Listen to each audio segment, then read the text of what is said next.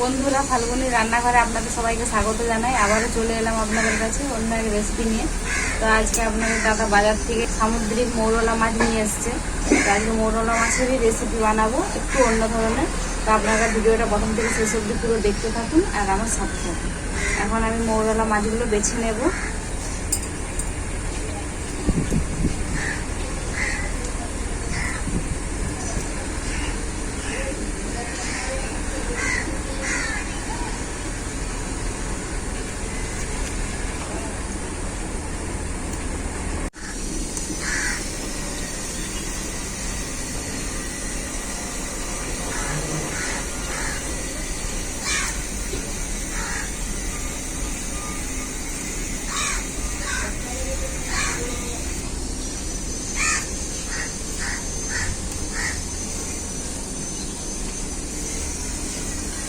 মাছগুলোকে এইভাবে সব কেটে নেব।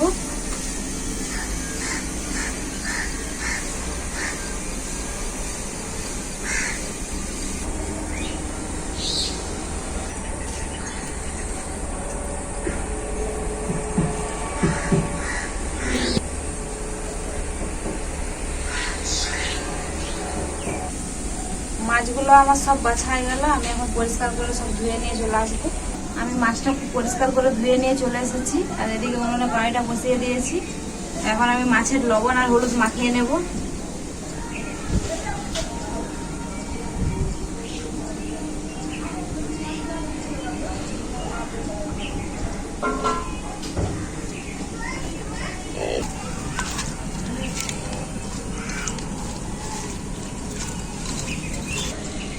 কড়াই খুব ভালো করে গরম হয়ে গেছে। কড়াইতে এখন মাছ ভাজার জন্য সরষের তেল দিয়ে দেব।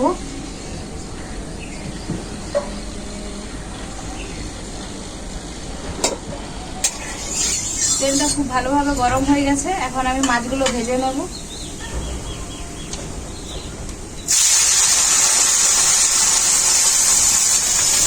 সব মাছগুলো একসঙ্গে ভাজবো না, অল্প অল্প করে ভেজে নেব।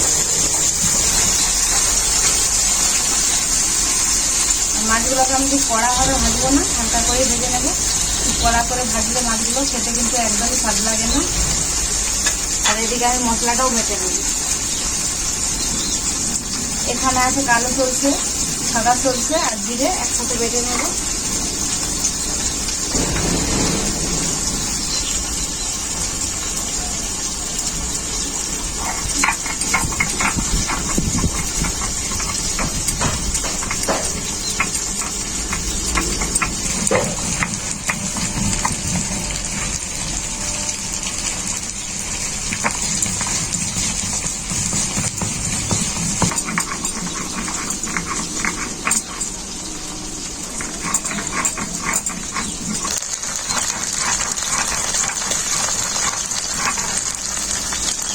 মাছের এক পিঠটা ভাজা হয়ে গেছে হালকা করে, আর এক পিঠটা পাল্টে নেব।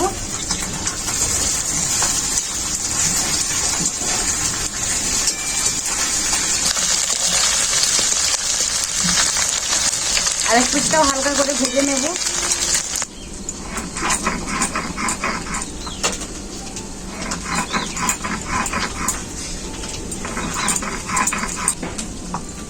জিরে আর সরষেটা আমার খুব ভালো করে বাটা হয়ে গেল।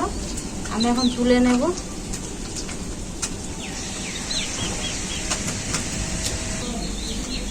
এরপর আমি পোস্তটা বেটে নেব।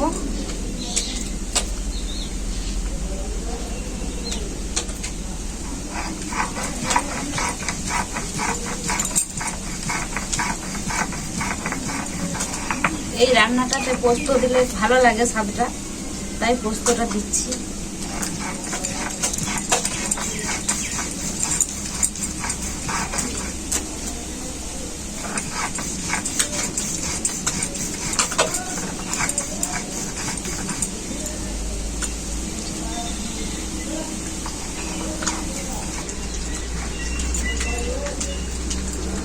পোস্তটা কিন্তু একদম পিনো করে বাটবো না, পিনো করে বাটলে ভালো লাগে না। পোস্তটা আমার বাটা হয়ে গেল।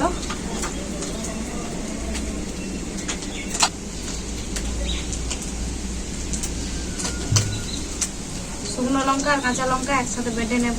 আর এদিকে আমার মাছগুলো হালকা করে ভাজা হয়ে গেছে, এখন নামিয়ে নেব।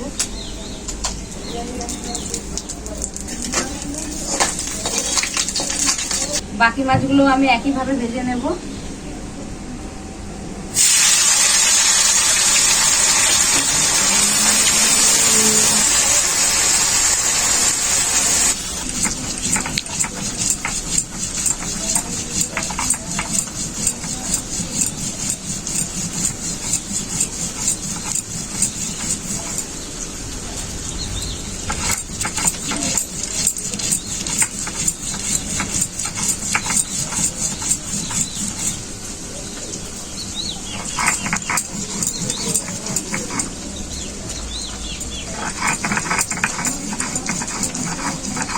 আপনাদের দাদা ভাই সামুদ্রিক মাছ খেতে খুব ভালোবাসে।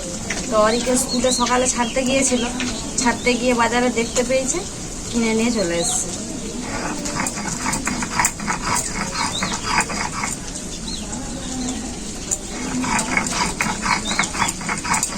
এই লঙ্কা বাটাটার মধ্যে একটু হলুদ গুঁড়ো দিয়ে দেবো অল্প করে।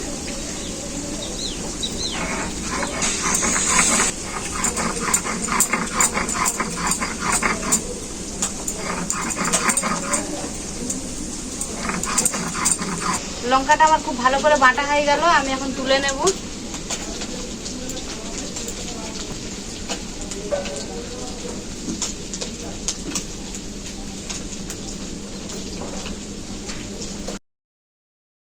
বাকি মাছগুলো আমার সব ভাজা হয়ে গেল, আমি এখন নামিয়ে নেব।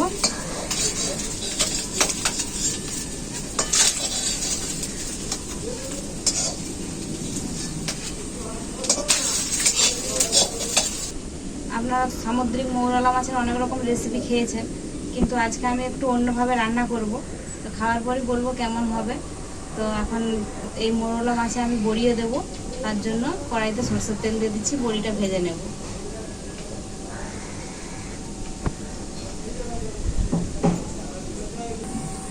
তেল খুব ভালোভাবে গরম হয়ে গেছে, এখন আমি বড়িগুলো ভেজে নেব।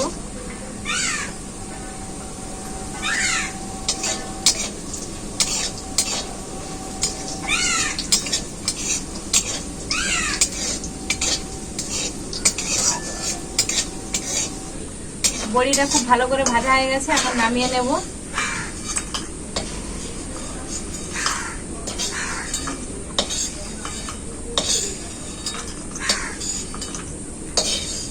বড়ি ভাজা ওই তেলে আর একটু সরষের তেল দিয়ে দেব।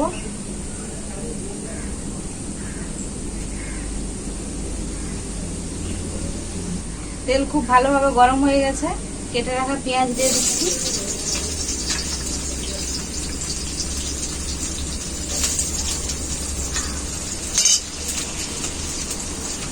অল্প একটু লবণ দিয়ে দেবো পেঁয়াজে, পেঁয়াজটা যাতে তাড়াতাড়ি গলে যায়।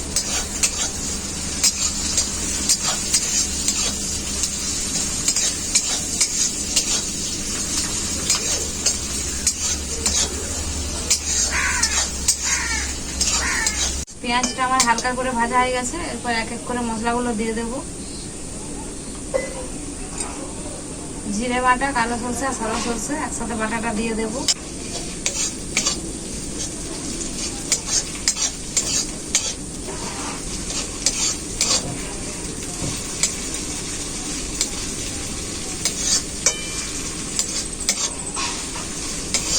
মশলাটা খুব ভালো করে কষানো হয়েছে, এখন আমি দিয়ে দেবো শুকনো লঙ্কা, কাঁচা লঙ্কা আর হলুদ বাটাটা।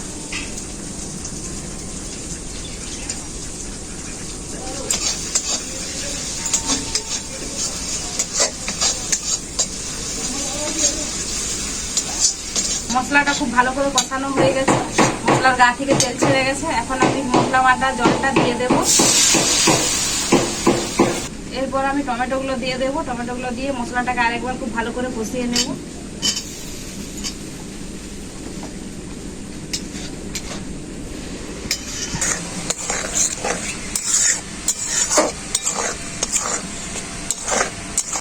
মশলাটা খুব ভালো করে কষানো হয়ে গেছে, এখন আমি পরিমাণ মতো জল দিয়ে দেব।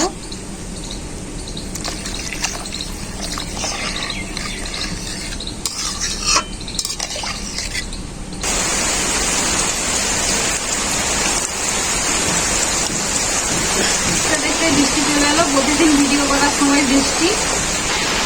ঝোলটা খুব ভালোভাবে ফুটে গেছে, এখন পোস্ত মাছটা দিয়ে দেবো।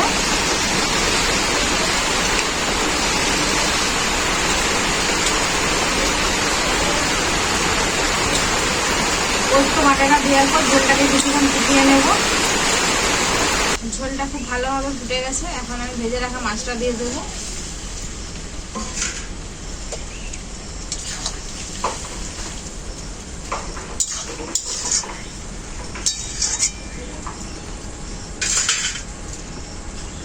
মাছ ভাজা দেওয়ার পরেই ভেজে রাখা বড়িটাও দিয়ে দেবো।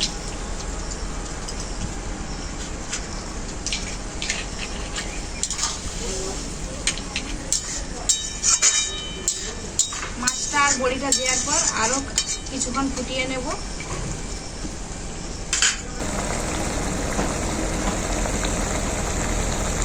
মাছের রেসিপিটা আমার পুরোপুরিভাবে রেডি, এখন আমি নামিয়ে নেব।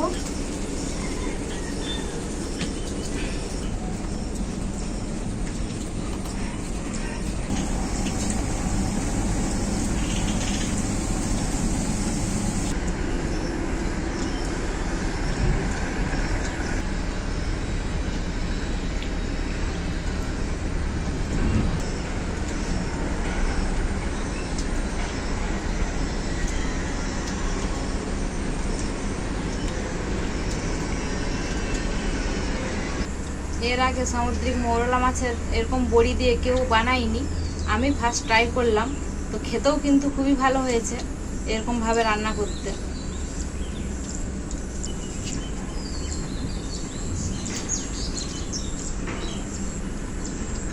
এই মাছের কাঁটা আছে, একটু ছাড়িয়ে খেতে অসুবিধা হয়, কিন্তু খেতে খুবই ভালো লাগে।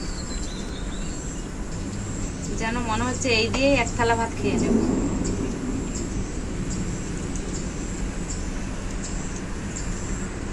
গ্রেভিটা তো খুবই সুন্দর লাগছে।